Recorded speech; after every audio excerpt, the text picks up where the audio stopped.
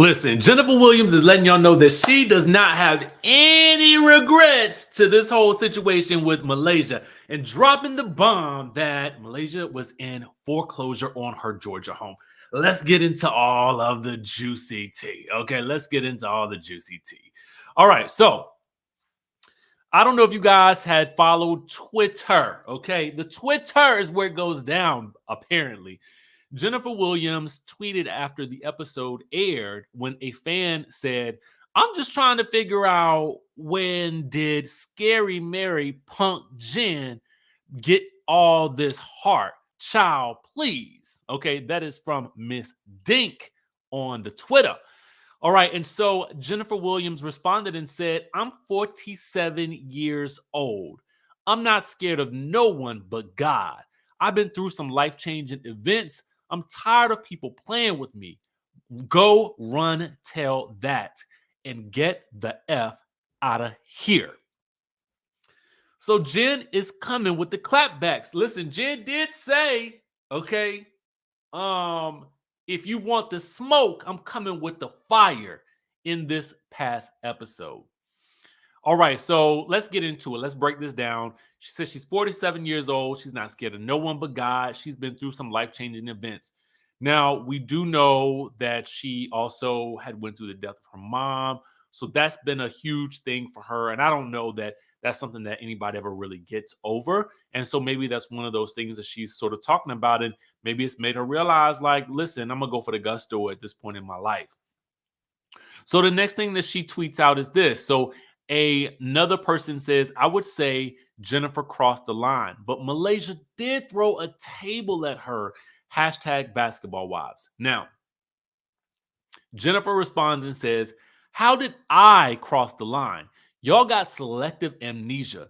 This girl threw a table at me, came to my dead mother's event and did some F-ish.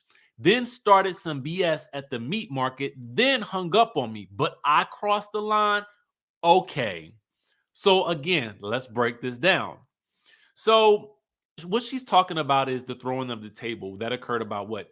The tapes said 3 years ago, but I feel like it's been a little bit longer than that. And she says, came to my dead mother's event and did some F shit. I'm assuming she meant that charity event where she, Evelyn, and Malaysia took a photo and Malaysia Diddy cropped Jennifer out of the photo. Do you guys recall that? And then posted it on social media. And then she says she started some BS at the meat market. This is when last season Malaysia brought Zell to the event after Zell and Jennifer, I guess, maybe had some type of beef online. And then, of course, the infamous hanging up on Jennifer Williams. Lest we not forget the egregious hanging up on a MF's face. Okay, we don't do that. That apparently is the ultimate form of disrespect and the point where one crosses the line. All right. So all of these things have been adding up for Jennifer, and she decided to unleash the beast. Now, during our review, I did notice that some people had some comments about British getting involved in this conversation. But British was also just told about this information. So a commenter said, "British, you got a lot of nerve to sit down and talk about Malaysia with Jennifer when you have your own fraud scams to get out of."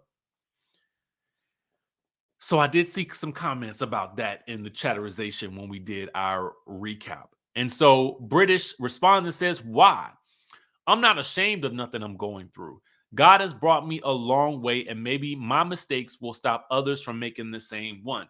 So in my mind, I'm wondering, because we've never really gotten down to the gist of this. Is this British way of saying, "Hey, I'm owning what I did"? Like, did she do it? Was she what they're saying she did? Like, I'm trying to figure out, because we ever gotten to the bottom of did she do it or not? Because I was under the assumption that we was going with, innocent until proven guilty. I mean, because that's how I was rocking with it. Listen, if you say you innocent, I'm saying, okay, that's what it is until they prove you guilty. But is this her way of saying like she made her own mistakes? So she did do what they are accusing her of? Somebody riddle me that in the comments down below. I tried to look and see if anybody else had anything to say about the episode, because I wanted to see like where people stood on this whole issue. And I didn't really get a lot, but I did get this information from the BBWT Inc. So I will place the link in the description down below. They do a lot of great content on Basketball Wives and some other shows on the Instagram. So please be sure to follow them. Again, the link will be in the description.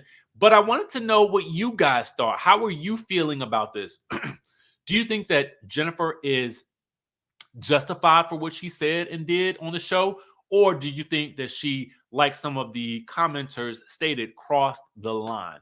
Let us know in the chat down below. Now, we got to talk about Jen Shah and Andy Cohen. So recall, you guys, if you will, all right? And this is from our friends over at the Bravo Snark side. Remember, we talked about this the other week, that Andy Cohen on Watch What Happens Live, when he was interviewing Katie and Lala from Vanderpump Rules, by the way, which I did start watching.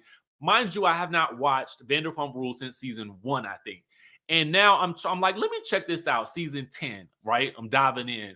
And it's actually not half bad, to be quite honest with you. Now, it might be not half bad because I'm not really reviewing it, but it's not half bad. Anyway, on the show, they were talking about Heather Gay's black eye.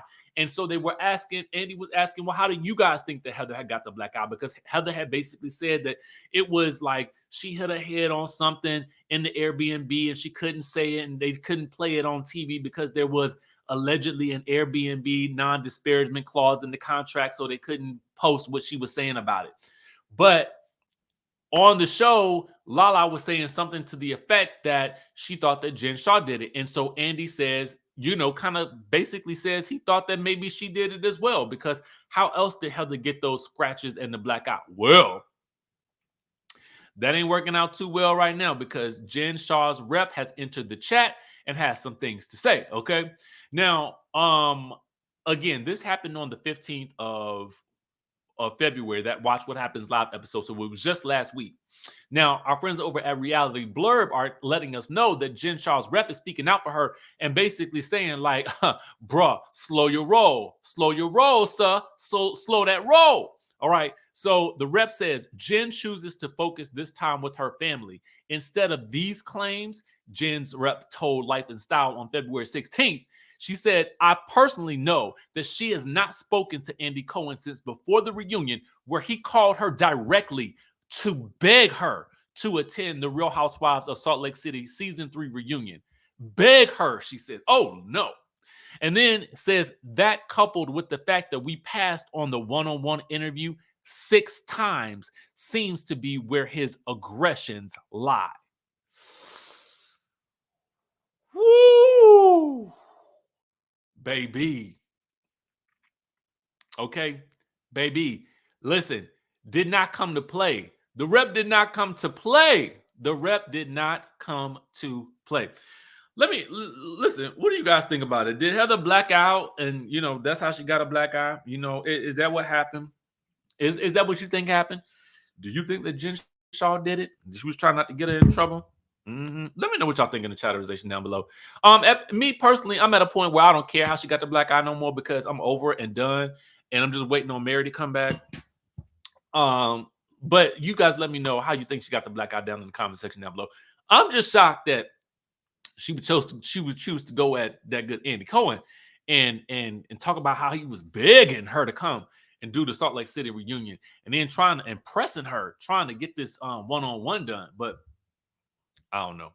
Y'all let me know your thoughts down in the comment section down below, and I will catch you guys in the next video.